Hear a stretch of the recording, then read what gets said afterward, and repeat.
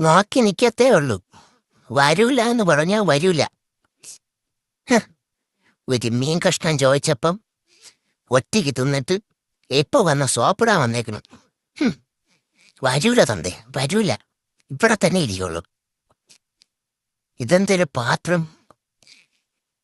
ഓ, പിന്നെ അതൊക്കെ പണ്ട്. ആ വീഡിയോ അങ്ങനെ വൈറലാക്കി നിങ്ങൾ കുറെ സബ്സ്ക്രൈബർ ഉണ്ടാക്കി.